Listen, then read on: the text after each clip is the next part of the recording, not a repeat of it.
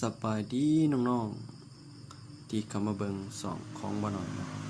สองของบ่หน่อยจะมาแลกเปลี่ยนเรียนรู้เกี่ยวกับคณิตศาสตร์ว่าผิดพลาดประการใดก็ขอโทษขออภัยนำครูอาจารย์ผู้ที่ฮู้ลึกซึ้งกว่านี้เนาะ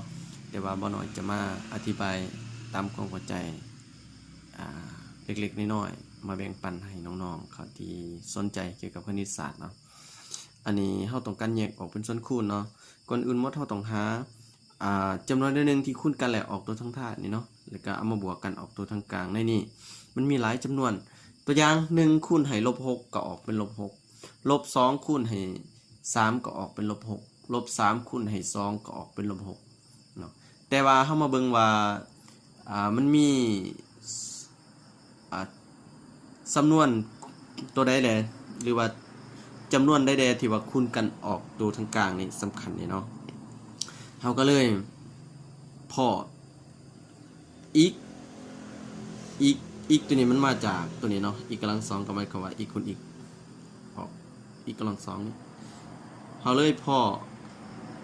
บวก3คูณให้-2ออก-6แต่เวลาเราเอามาบวกกันแล้วมันออกบวก1ตัวนี้เนาะเราก็เลยได้3 2นี่แสดงว่าสำนวนตรงนี้เราสามารถแยกออกเป็นส่วนคูณได้นี่แหละทางนี้นี่แหละก็หมายความว่าเวลาเราคูณกันปึ๊บนี่เนาะคูณสำนวนคูณตัวนี้นี่มันจะออกเป็นตัวเก่าตัวนี้ก็แสดงว่าถ้าบ่เชื่อเราก็กดคืนได้เนาะอีกกำลังสองก็หมายความว่าอีกคูณอีกออกอีกกำลังสองหลังจากนั้นเราก็ได้อีกคูณให้-2นี่ก็ได้เป็น-2อีกคูณตัวนี้ใส่แล้วก็ออกเป็น3อีก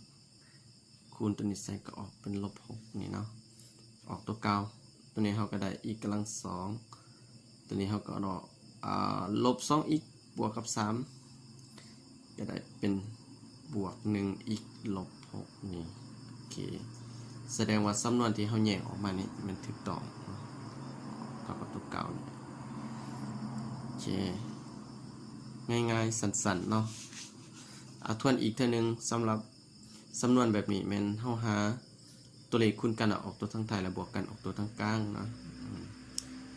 ซึ่งมันมีหลายจำนวนที่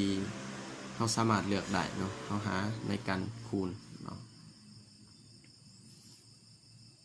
โอเคสำหรับคลิปนี้ก็ขอบอกขอบใจฝากเป็นกำลังใจให้บ่าวน้อยแดเนาะมารับชมคลิปบนได้ผิดพลาดก็ขอโทษขออภัยเนาะมันจะเป็นการสื่อสารแบบบ้านๆบ่มีหลักการทางคณิตศาสตร์เนาะแบบง่ายๆ